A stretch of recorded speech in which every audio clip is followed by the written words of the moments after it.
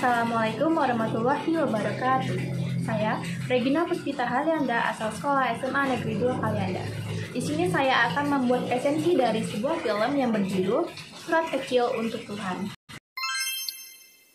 Film Surat Kecil untuk Tuhan ini diangkat dari novel dengan judul yang sama, yaitu Surat Kecil untuk Tuhan, yang ditulis oleh Agnes Danova. Film ini diproduksi oleh Skylar Pictures dengan produser Sarjono Sutrisno, sutradara Haris Nizam, penulis skenario Baby Hasibuan. Film ini dirilis pada 7 Juli 2011 dengan durasi 100 menit. Berikut ini adalah para pemain film Surat Kecil untuk Tuhan. Yang pertama yaitu Alex Komang sebagai ayah Keke dengan nama Jody Tri Aprianto.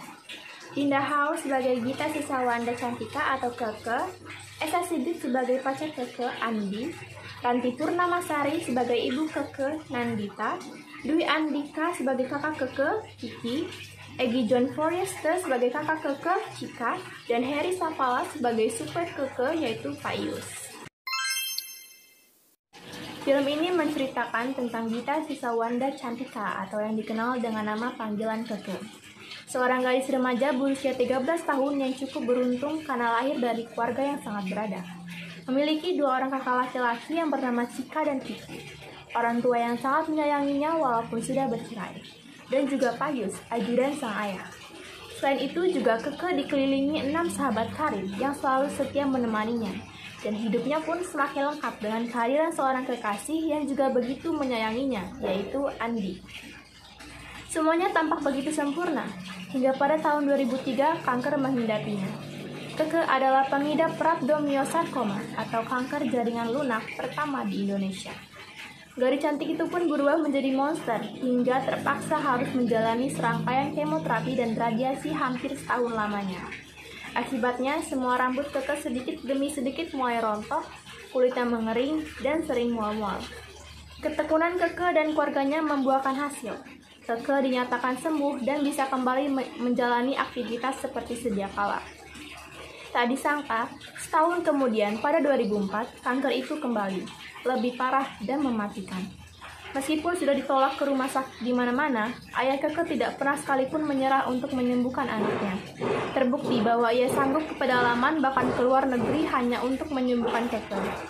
Meskipun ratusan dokter memprediksi bahwa hidup Keke tidak akan lebih dari 3 bulan, Keke berhasil bertahan untuk lebih dari setahun. Meskipun pada akhirnya, Keke harus menerima kenyataan bahwa ia memang tidak dapat disembuhkan karena kanker itu sudah terlalu menyebar. Keke meninggal dunia pada tanggal 25 Desember 2006. Kelebihan dari film ini adalah dapat membuat penonton terhanyut dalam film tersebut. Kisahnya diangkat dari kisah nyata yang sangat menyentuh. Ternyata gadis kecil itu juga bisa berpikir positif dan dewasa. Kisah tersebut menjadi inspirasi jutaan penonton dan mungkin juga untuk beberapa penderita kanker yang masih berjuang untuk hidup. Di film ini juga mengajarkan kepada mereka yang sehat agar lebih bersyukur dan selalu menjaga kesehatannya.